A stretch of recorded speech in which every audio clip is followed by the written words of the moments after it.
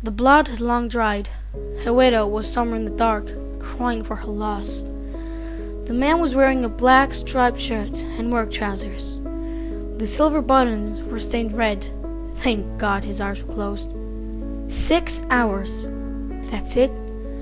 I stood, feeling my knees crack in warning. Jesus, I was getting old. The detective's face was grave, but then again, aren't they always?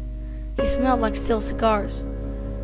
What do you mean? I clicked my pen and stuffed it back in my front pocket. What do you mean? What do I mean? You come here from DC and have to wait a fucking hour because my boss is hard up for anything female. Then you spend 3 seconds with our guy and all you gotta say is, 6 hours?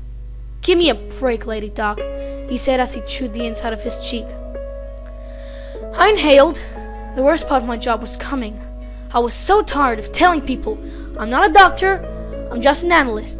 It reminded me of Dr. McCoy always telling Captain Kirk, damn it, Jim, I'm a doctor, not a botanist. What's the difference? Detective Johnson shifted the bulk of his weight to the other foot while one of my crew snapped the foot of the poor dead guy. Did I really have to explain it again? I didn't go to med school, and I don't have a doctorate. You called me to find out how long the guy's been dead. That's what I did. 6 hours. I tucked a strand of black hair behind my ear. Detective Johnson's gaze left mine fastened on the poor sap. He's been missing for 18. I shrugged. Not mine, Dristicon. A smile pulled at the fat man's mouth. I think I might like you after all, Lady Doc. I didn't need him to like me. After another sigh, I was stalking towards the medical van to discard my gloves. But as I passed my colleague, he stopped taking photos and lowered the camera.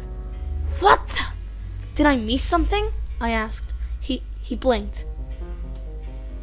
The guy was a newbie. I should have known. He would got a bit floppy in me.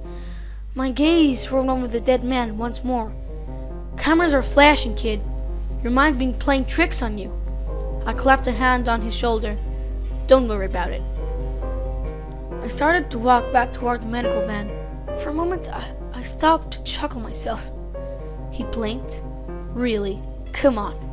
He'd been stabbed 17 times. His heart wasn't beating. He wasn't breathing. And he'd lost a gallon of blood. He didn't blink. Still, something wasn't right, though. The police cruisers still had their lights flashing, but the sound of the whirring cameras had dissipated. I was too still, too silent. Great. The kid got so scared that he stopped taking pictures. I was going to have to save this once again. I rolled around, but as soon as I took the scene and each piece clicked into place in my brain, I knew this was no ordinary case. In front of me, the man who had been lying dead in a pool of dried blood for 6 hours was sitting up. His eyes were so wide I could see in the whites. Everyone else was frozen solid. My crewman had gone and pissed himself. He was so scared. The man blinked. Once, twice. Then he looked down at himself and fingered the torn holes in his shirt. A smile broke across his face. His shoulders shook. He began laughing maniacally, cackling into the night. Somebody call an ambulance! I hadn't realized that spoken words until I was running across the detective. When I was at his side, I clawed the rough materials of his tan trench coat. Call a goddamn ambulance! Why were you just standing there? Finally, once I startled him into next Sunday, he fumbled in his coat for a cell phone. While he was dialing 911, he put a finger in his other ear to block out the insane laugh of the dead man. I'll never forget the guy's words as they hauled him away. They called me to the very core. Sometimes I even dream about them. It worked!